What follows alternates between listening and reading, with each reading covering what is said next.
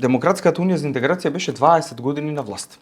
Имаше 5 министри за правда и после 20 години им текна дека сега треба да се полага овој правосуден испит на албански јазик. Пак ќе повторам, немаме ништо против да се полага на албански јазик.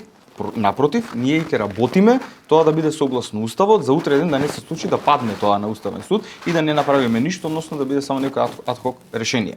Суштината тука е многу подлабока.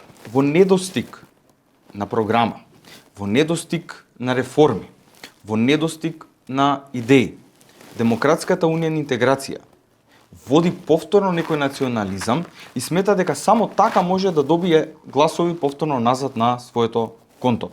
Зошто 20 години со 5 министри за правда не успеа да го решат ова прашање? Зошто тоа сега се е тема на разговор, а не било претходно? Патем, денеска председателот на Мицкоски, на собраниски, на претенички прашања имаше навистина убав говор, каде што кажа дека тоа не е до законот, туку министерот за правда може да го направи тоа. Па еве директно прашање до Демократската унија за интеграција.